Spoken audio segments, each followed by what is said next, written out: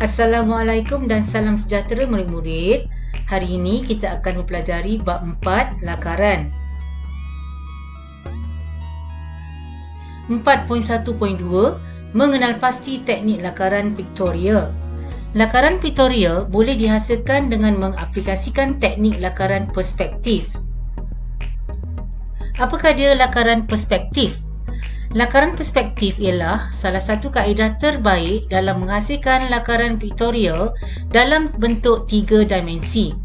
Lakaran perspektif boleh dihasilkan melalui kaedah 1 titik lenyap, 2 titik lenyap atau 3 titik lenyap. Elemen perspektif. Terdapat 3 elemen penting untuk menghasilkan lukisan perspektif. Elemen tersebut ialah garis bumi, garis ufuk dan titik lenyap. Garisan-garisan yang membentuk perspektif ada 3, iaitu garis bumi. Garis bumi adalah garisan dasar berdirinya sesuatu objek. Garis ufuk. Garis ufuk adalah garisan yang kelihatan memisahkan objek dari langit. Titik lenyap. Titik lenyap adalah titik selari dengan garisan ufuk yang diunjurkan ke arah lakaran hadapan di garisan bumi bagi membentuk pandangan perspektif.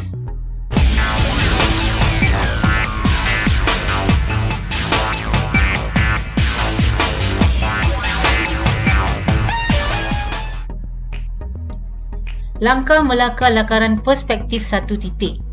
Langkah pertama, binakan 1 garis ufuk. Langkah yang kedua, tandakan 1 titik lenyap di atas garis ufuk tersebut. Langkah yang ketiga, bina bahagian hadapan objek yang akan dilakarkan dengan A, B, C dan D. Langkah yang keempat, binakan semua garisan unjuran ke belakang A, B, C dan D menuju ke 1 titik lenyap. Langkah yang kelima, lakarkan bahagian dalaman objek mengikut kesesuaian anda dengan menggunakan garisan binaan sebagai sempadan kepada bahagian E, F, G dan H. Langkah keenam, lengkapkan lakaran objek itu dengan menghitamkan garis bagi objek yang dikendaki seperti rajah yang ditunjukkan.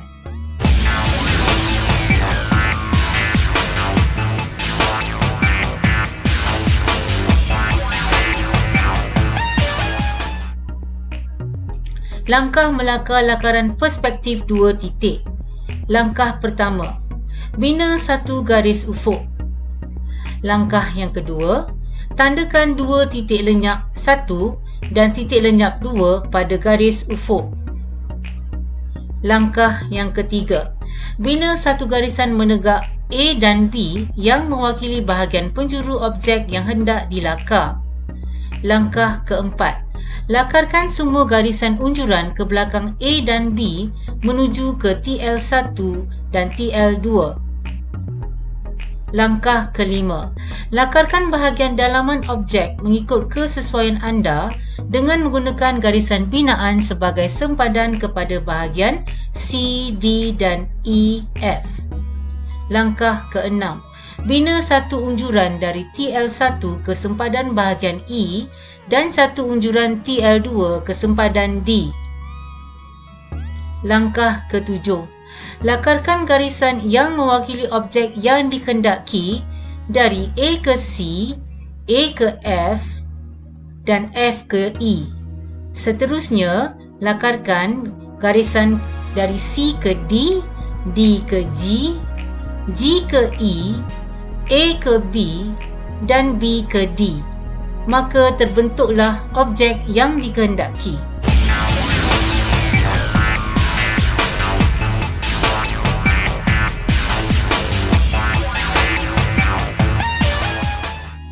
Langkah melakar lakaran perspektif 3 titik.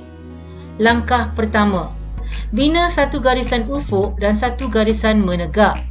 Tandakan titik lenyap 1, titik lenyap 2 dan titik lenyap 3.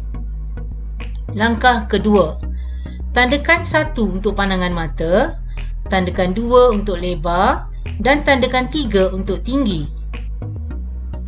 Langkah ketiga, Dari TL1, unjurkan garisan pada tanda 1, tanda 2 dan tanda 3 seperti raja.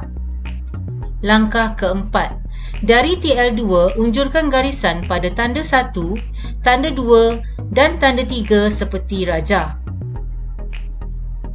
Langkah kelima, tanda titik A dan titik B untuk tinggi objek. Unjurkan garisan dari TL3 ke titik A dan titik B seperti raja. Gariskan garisan dari A ke 1 dan B ke 1 seperti raja. Lengkapkan dan hitamkan garisan objek seperti raja.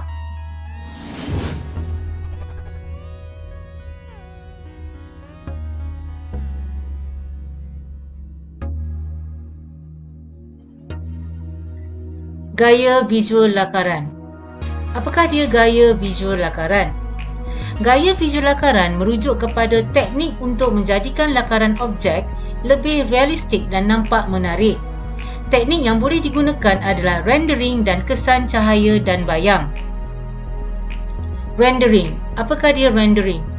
Proses rendering merupakan satu kaedah yang digunakan untuk menghasilkan gaya visual lakaran objek yang seolah-olah wujud.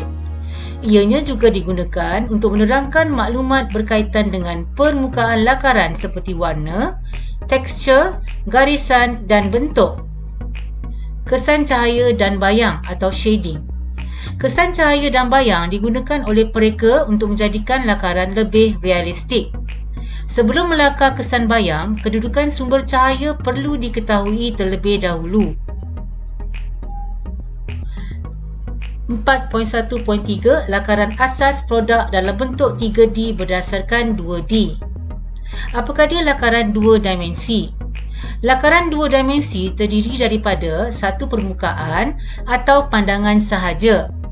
Lakaran ini dapat dilihat pada satu arah dan tidak berstruktur. Hanya terdapat 2 dimensi ukuran dalam lukisan 2 dimensi, iaitu panjang dan lebar objek. Lakaran 3 dimensi. Lakaran 3 dimensi memberikan gambaran sebenar objek yang ingin dibina. Ianya mempunyai panjang, lebar dan tinggi atau kedalaman serta isi padu. Perbezaan bentuk di antara 2 dimensi dan 3 dimensi. Apakah perbezaan di antara kedua-dua ini? Bentuk 2 dimensi.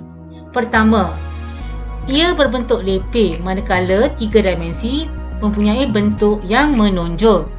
Yang kedua, 2 dimensi mempunyai satu permukaan sahaja, manakala 3 dimensi mempunyai 3 permukaan. Yang ketiga, 2 dimensi mempunyai 2 ukuran iaitu panjang dan tinggi, manakala 3 dimensi mempunyai 3 ukuran iaitu panjang, lebar dan tinggi. Yang keempat, 2 dimensi tidak menggambarkan kedalaman, manakala 3 dimensi menggambarkan kedalaman dan ketinggian. Yang kelima, 2 dimensi menggambarkan keluasan, manakala 3 dimensi menggambarkan keluasan dan isi padu. Sekian, kita jumpa lagi pada topik yang seterusnya.